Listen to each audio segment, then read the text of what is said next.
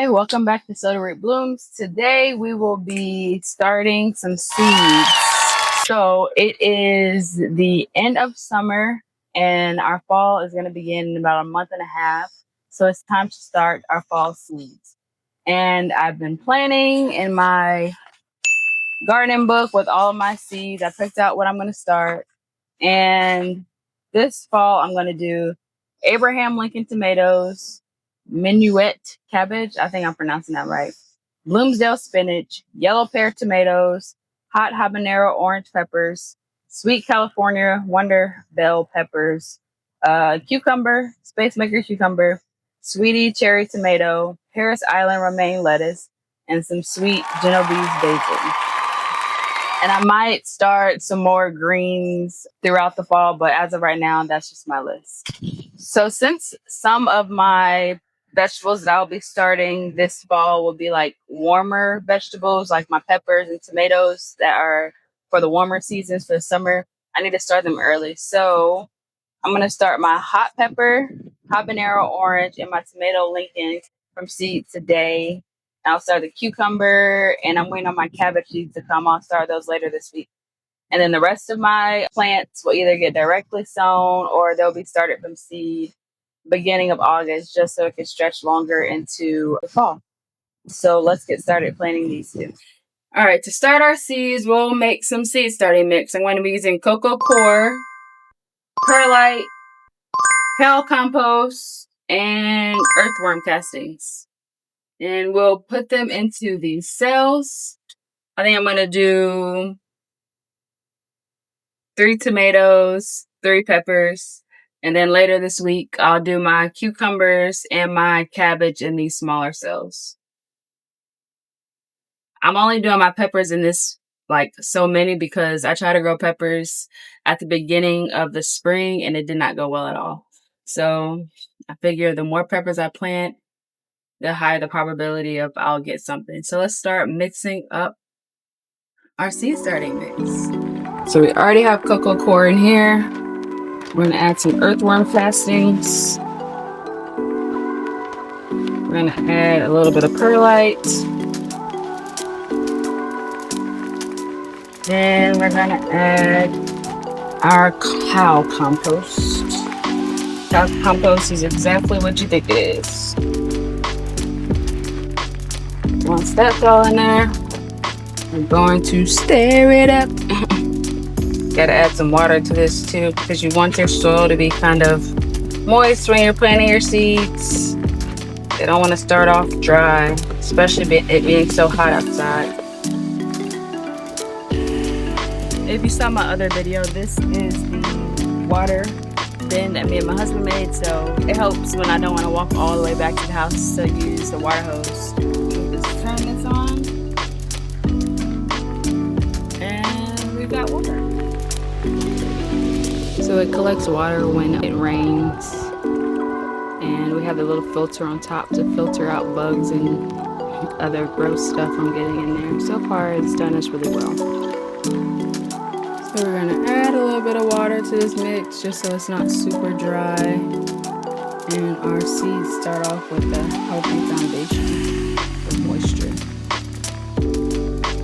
Alright, so now that we've got our seed starting mix ready, we're just gonna plant these in our cells. These cells have holes in the bottom because you're gonna want to bottom water when you have cells, just to avoid fungus and other nasty stuff growing at the top. Yeah, so let's put our cells in with this mix. Make sure there's no hard rock. So look at this hard rock. Why is this in here? Some more hard rock. I guess some of this soil I have reused, at least the cocoa coir, so I guess it's become compacted while it's been sitting. Just make sure you crumble those pieces out. Alright, so we got one full, and we'll do our other one.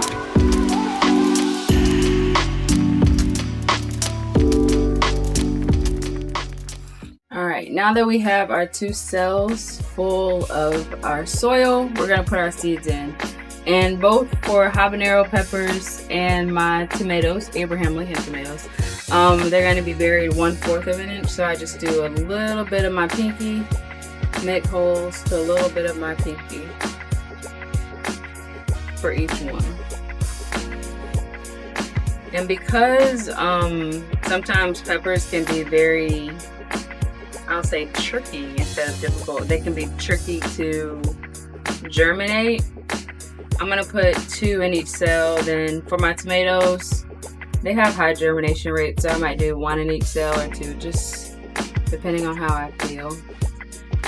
I got both of these seeds from the Alliance of Native Seed Keepers. So far, these seeds have done me really well.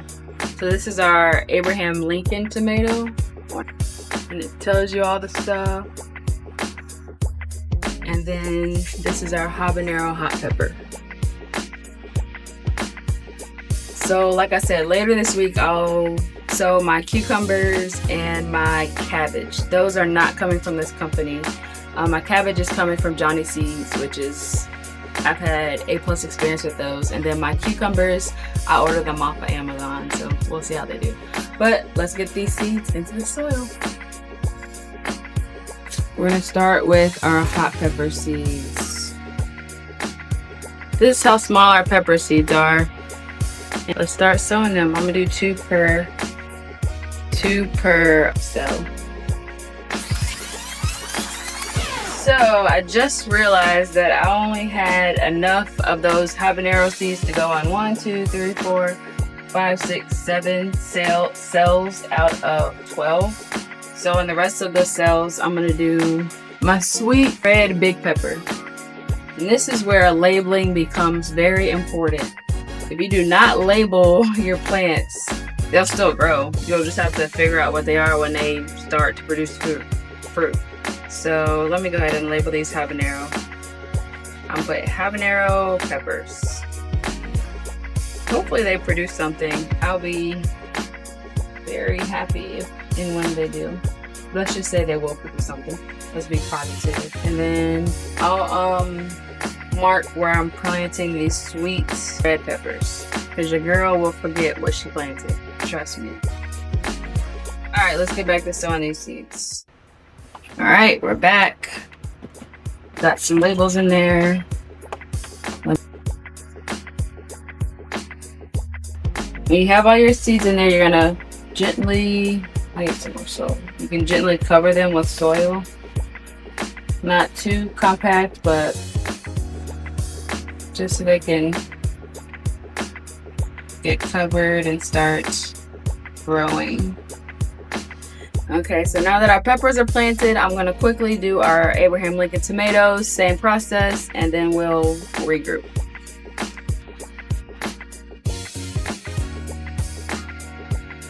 They're the hens. All right. To label my tomatoes. 1 second. What are these tomatoes called, class? Abraham Lincoln tomatoes. Now, why they're called Abraham Lincoln tomatoes, I don't know. I might call these Barack Obama tomatoes. So we have our habanero and sweet peppers over here and our tomatoes over here. What we're gonna do is set this dome on top to increase humidity. They have these little swivels on the top to either you can increase the humidity or decrease it. We'll keep it kind of open for now because it's hot. And I'm actually going to put these out in the sun, and then I'll bring them in tonight into the greenhouse. And the reason why I'm taking them outside is because this greenhouse right now is 109 degrees. So if they get too hot, they won't germinate. And by germinate, I mean like they won't start sprouting. So I'm gonna put them outside. They're gonna get the full sunlight.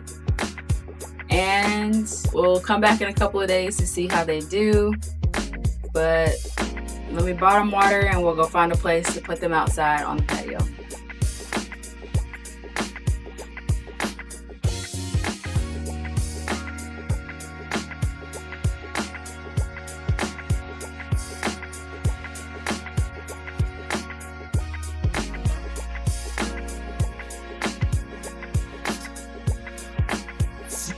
So for now, we'll put these seeds right here where they get full and adequate sunlight, but there also is some shade every now and again, depending on how these plants cover it. So I'll get their full sunlight, and then I'll put them in the greenhouse maybe tonight, and we'll see how they go the next couple of days. So now I'm going to clean up and get ready for my cucumbers and cabbage seeds that are coming later today.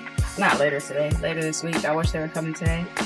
We'll be putting those in seed or in cells, and then the rest of my plants won't get started until the very end of July, beginning of August at the latest. Also, in preparation for the fall, I got new garden beds, which I'm really excited about, so I'll show you guys those soon. I still have peppers and cherry tomatoes growing. My big beefsteaks are still struggling in this heat, but they're growing. But yeah, so be on the lookout for more seeds starting, fall cleanup, and new garden bed. Thanks for watching Celery Blooms, and come back for an update. Like, comment, subscribe, share. Thank you.